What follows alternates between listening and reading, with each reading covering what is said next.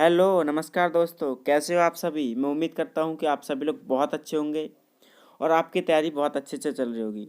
तो जैसा कि फ्रेंड्स आजकल यूजीसी नेट के फॉर्म अप्लाई किए जा रहे हैं और आप भी जो है यूजीसी नेट का जो फॉर्म है वो जल्दी से जल्दी अप्लाई कर दें, क्योंकि लास्ट के दिनों में क्या होता है कि सर्वर डाउन चलते हैं, कभी बहुत ज़्यादा सर्वर डाउन हो जाते हैं तो फिर अप्लाई करने में बहुत प्रॉब्लम आती है। और स्टार्टिंग में एक चीज़ और रहता है, एक चीज़ का फ़ायदा और रहता है कि आप जहाँ सेंटर चुनेंगे वही सेंटर मिलता है, जबकि लास्ट में जब आप फॉर्म भरेंगे तो आप सेंटर कहीं भरेंगे और सेंटर कहीं मिलता है। तो फ्रेंड्स, मेरा नाम रामतीर्थ भारती और आप सभी का एक बार फिर से स्वागत है मेरे YouTube channel economics with me में। तो फ्रेंड्स, आज का जो टॉपिक है हमारा उसका नाम है पीगू का कल्याणकारी अर्थशास्त्र। पीगू का कल्याणकारी अर्थशास्त्र। फ्रेंड्स, ये एक ऐसा टॉपिक है कि यहाँ से बहुत बार क्वेश्चन पूछा गया है और जैसा कि मैंने अभी ओल्ड पेपर एनालाइज किए थे उसमें इसमें से 2 साल से कोई क्वेश्चन नहीं पूछा है। तो इस साल इस टॉपिक से क्वेश्चन आने की संभावना है और उस क्वेश्चन 2 साल से जैसे कि नहीं आया है तो उसे देखते हुए इस साल का ये मोस्ट इम्पोर्टेंट टॉपिक है। तो फ्रेंड्स, यहाँ मैं आपको बताऊंगा कि पिछले वर्षों में इस टॉपिक से क्या क्या क्वेश्चन पूछे गए थे, किस टाइप के क्वेश्चन पूछे गए थे। जहाँ तक मैं आशा करता हूँ आप इस वीडियो को देखने के बाद अगर पीगू का कल्याणकारी अर्थशास्त्र से कोई भी क्वेश्चन आता है तो आप उसे 1000% सॉल्व करेंगे, ये मैं गारंटी के साथ कह सकता हूँ, क्योंकि मैंने आपको यहाँ जो समझाया है वो ऐसे समझाया है कि आप क्वेश्चन छोड़ कर नहीं आएंगे। तो फ्रेंड चलिए देर न करते हुए आज की क्लास को स्टार्ट करते हैं। Let's go. तो साथियों, कल्याण अर्थशास्त्र या वेलफेयर इकोनॉमिक्स प्रसिद्ध कल्याणकारी अर्थशास्त्री एक अर्थशास्त्री थे पेरेटो, जिन्होंने ये नियम दिया था या उनका ये सिद्धांत है। सामाजिक कल्याण के संदर्भ में जो सिद्धांत प्रस्तुत किए हैं उसे पेरेटो अनुकूलतम सिद्धांत कहा जाता है। अर्थात सामाजिक कल्याण के लिए अनुकूलतम सिद्धांत कहा जाता है, अर्थात सामाजिक कल्याण के लिए अनुकूलतम वितरण आवश्यक है। फ्रेंड्स, अगर हमें सामाजिक कल्याण चाहिए समाज में तो हमें अनुकूलतम वितरण करना पड़ेगा। अनुकूलतम वितरण का मतलब होता है कि बराबर बराबर बांटना, किसी चीज़ को न किसी को ज़्यादा न किसी को कम, बल्कि उसकी जो मात्रा होगी वो बराबर बराबर बांटी जाएगी। तो फ्रेंड्स, पेरेटो के अनुसार समाज में अनुकूलतम वितरण उस समय पाया जाता है जब किसी एक व्यक्ति कल्याण में कमी किए बिना किसी दूसरे व्यक्ति कल्याण में वृद्धि कर पाना संभव ना हो। इसे ही पेरेटो अनुकूलतम कहते हैं।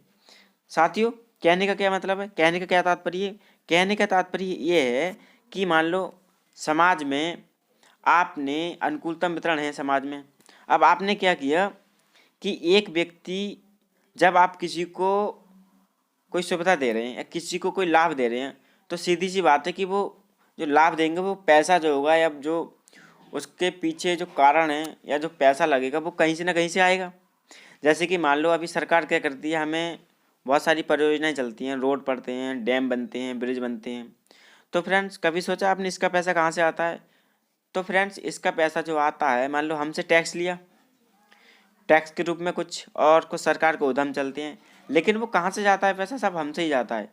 लेकिन यह क्या बताया गया है कि समाज में अनुकूलतम वितरण पाया जाता है, और जब समाज में अनुकूलतम वितरण होता है तो हम ना तो किसी कल्याण में वृद्धि कर सकते हैं और ना किसी कल्याण में कमी कर सकते हैं, क्योंकि अनुकूलतम वितरण का मतलब होता है इक्वल, चीज़ें बिल्कुल इक्वल हैं। अगर इधर 5 है तो इधर भी 5 होगा। अगर आप इन दोनों में वृद्धि करने जाते हैं तो +1 आप यहाँ कर सकते हैं और +1 आप यहाँ कर सकते हैं, अन्यथा ये अनुकूलतम वितरण का जो नियम है या जो सिद्धांत है वो फेल हो जाएगा। तो फ्रेंड्स, इस सिद्धांत की कुछ मान्यताएं होती हैं, देख लेते हैं इसकी क्या क्या मान्यताएं होती हैं। ये सिद्धांत 2 × 2 × 2 मॉडल पर आधारित है। इस 2 × 2 का मतलब ये है कि 2 देश हैं, 2 वस्तुएं, 2 साधन हैं और 2 देश हैं। तो फ्रेंड्स, आप समझ गए होंगे। नंबर 2 देख लेते हैं। वस्तु तथा साधनाबाद में पूर्ण प्रतियोगिता पाई जाती है। प्रत्येक उपभोक्ता अपनी उपयोगिता को अधिकतम करना चाहता है।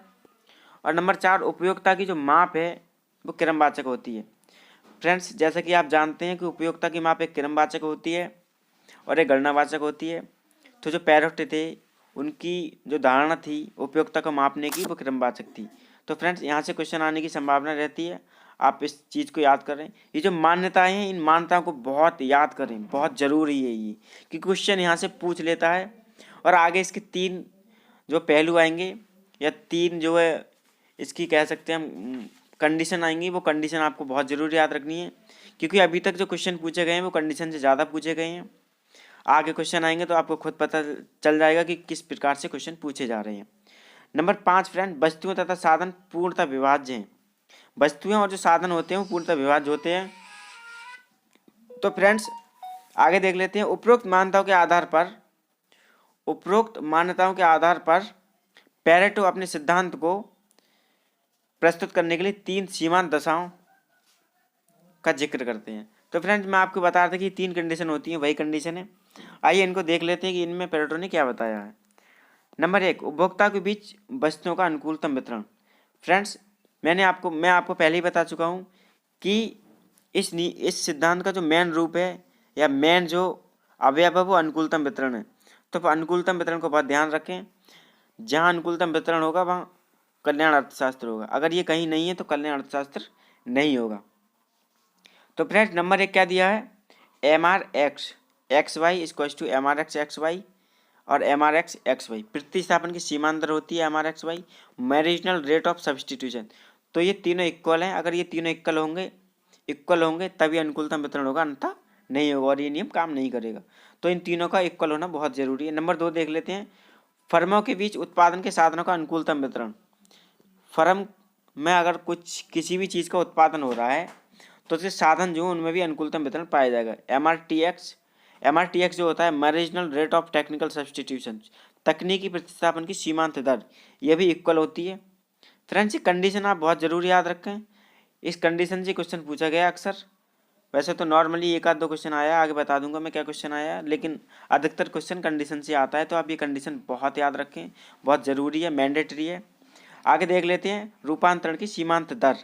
M R P T equal to M R X X Y A equal to M R X X Y equal उसकी पावर भी दी है।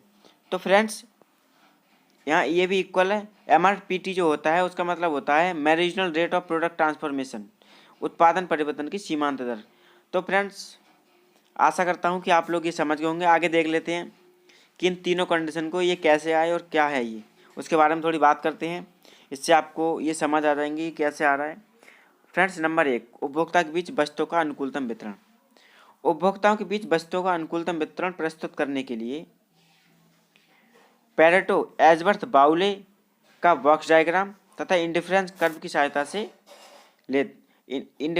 सहायता से इसको फ्रेंड्स अनुकूलतम वितरण को जो उपभोक्ताओं के बीच होता है वस्तुओं का उसको प्रतिपादित करते हैं या सॉल्व करते हैं।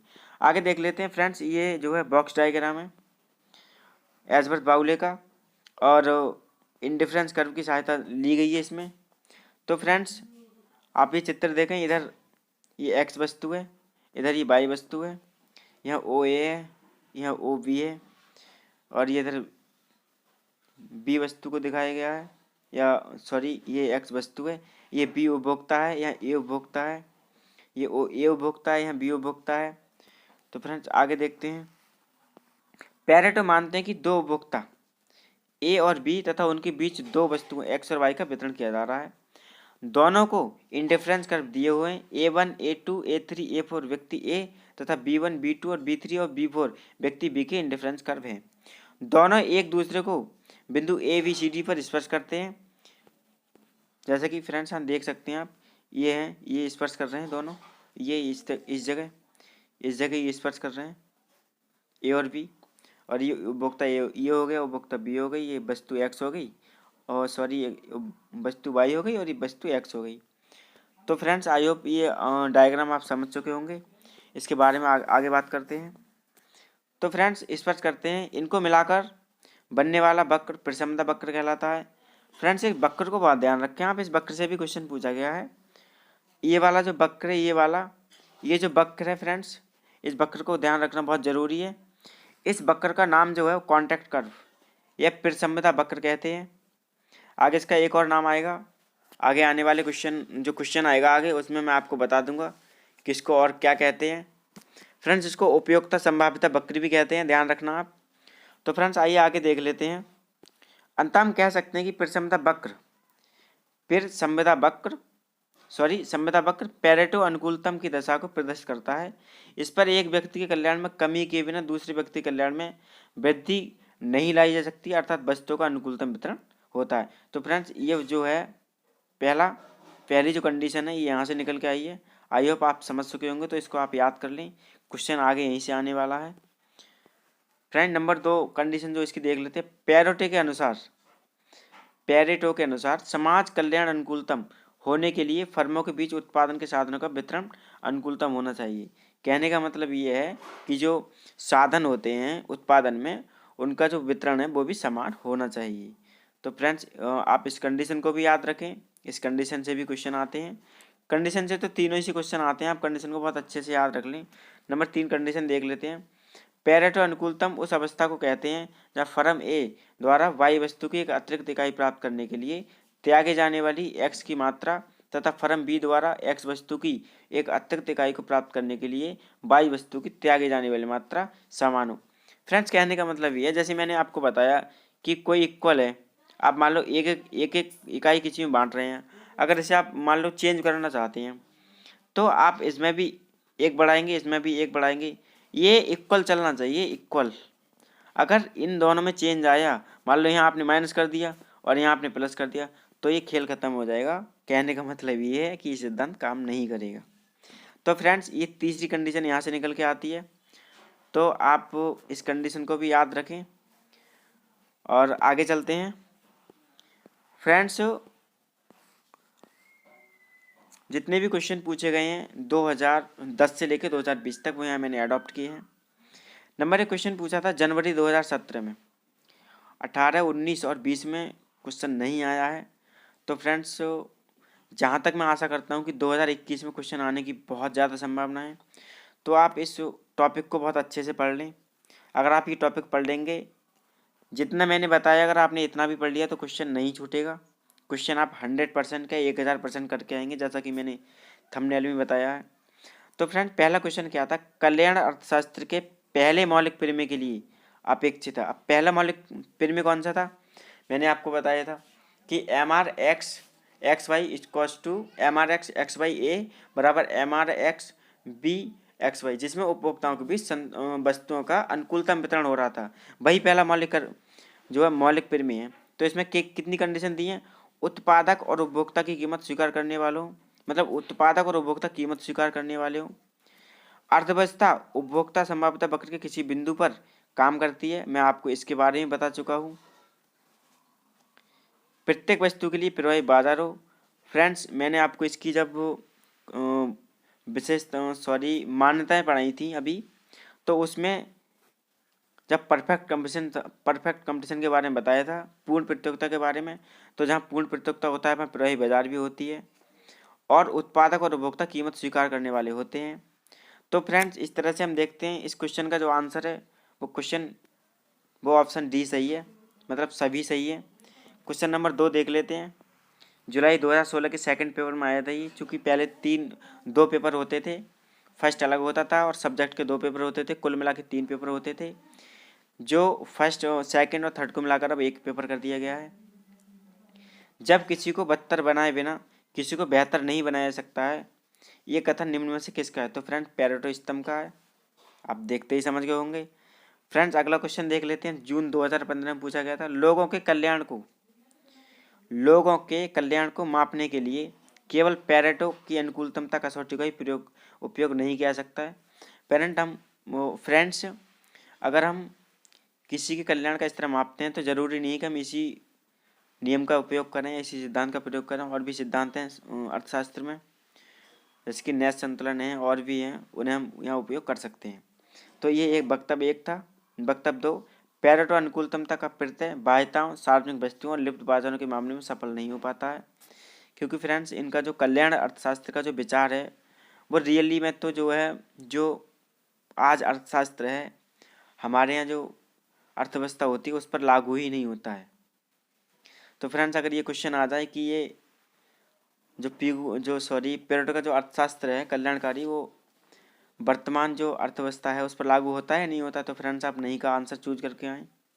तो फ्रेंड्स ये दो ए और बी दोनों सही हैं, और लेकिन इसका सही स्पष्टीकरण नहीं है। फ्रेंड 2015 में जो क्वेश्चन पूछा गया था वो थर्ड पेपर में भी आया था क्वेश्चन और सेकंड पेपर में भी आया था। तो सेकंड पेपर में ये जो क्वेश्चन आया था पहला, थर्ड पेपर में इसको देख लेते हैं। इसमें फ्रेंड पहला ऑप्शन जो दिया है, पहला ऑप्शन दिया है MRTX LK और MRTX LK। यहाँ L और K जो होता है वो L का मतलब होता है लेबर और K का मतलब होता है कैपिटल। तो फ्रेंड्स मैं आपको पहले ही बता चुका हूँ जब इसकी मैंने मान्यता पढ़ाई थी कि इसमें 2 साधन, 2 देश और 2 वस्तु होते हैं। यहाँ तो 2 वस्तु दे दिए लेकिन यहाँ 2 वस्तु नहीं, यहाँ तो 2 साधन दे दिए लेकिन यहाँ 2 साधन नहीं दिए, तो पहला ऑप्शन गलत हो गया। फ्रेंड्स दूसरा ऑप्शन मैंने आपको पढ़ाया था अभी, जो हमारी सेकंड कंडीशन बनी थी उसके अकॉर्डिंग, फर्स्ट जो कंडीशन बनी थी उसके अकॉर्डिंग ये सही है।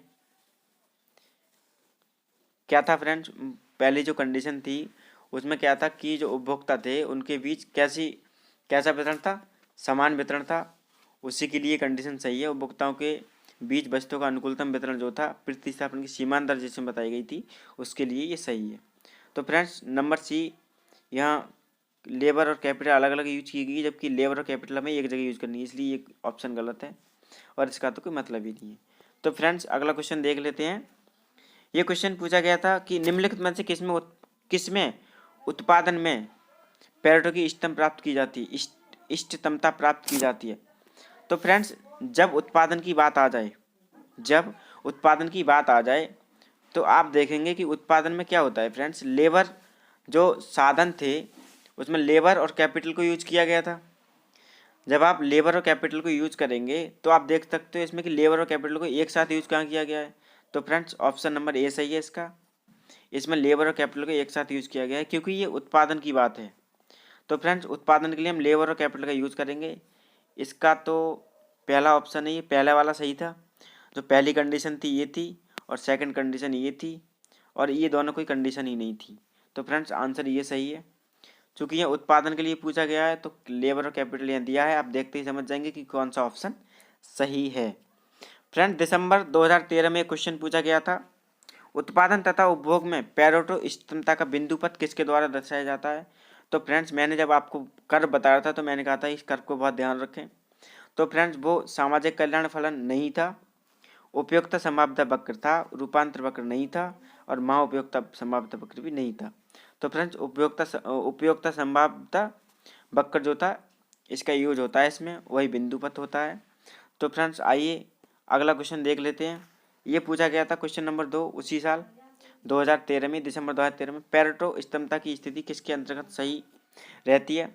तो फ्रेंड्स जब हमने इसकी जो है मान्यताएं पढ़ी थी इस सिद्धांत की, उसमें मैंने आपको बताया था कि इसमें पूर्ण पृथकता होती है, ना तो एकाधिकार पृथकता होती है, ना एकाधिकार होता है, ना अल्पाधिकार होता है, मैंने आपको वही बताया था। तो आई होप आप ये समझ चुके होंगे। फ्रेंड्स जून 2013 के थर्ड पेपर में क्वेश्चन आया था, पेरेटो इष्टतमता का तात्पर्य क्या है। तो फ्रेंड्स पेरेटो इष्टतमता का जो तात्पर्य है फ्रेंड्स देख लेते हैं, संसाधन आवंटन जिसके लिए पेरेटो सुधार संभव है। गलत, क्योंकि हम सुधार संभव कर ही नहीं सकते हैं, ना तो किसी कल्याण में वृद्धि कर सकते हैं और ना कि किसी कल्याण में कमी कर सकते हैं। संसाधन आवंटन जिसमें सामाजिक सुधार संभव नहीं, संसाधन आवंटन जिसके लिए कम से कम एक बेहतर और कोई बदतर नहीं है, नहीं सभी बदतर होंगे या सभी बेहतर होंगे। संसाधन आवंटन जिसके लिए कोई बेहतर सुधार नहीं है। फ्रेंड्स ये ऑप्शन सही है। तो फ्रेंड्स आज की क्लास आपको कैसी लगी, आई होप आपकी आज की क्लास आपको बहुत पसंद आई होगी।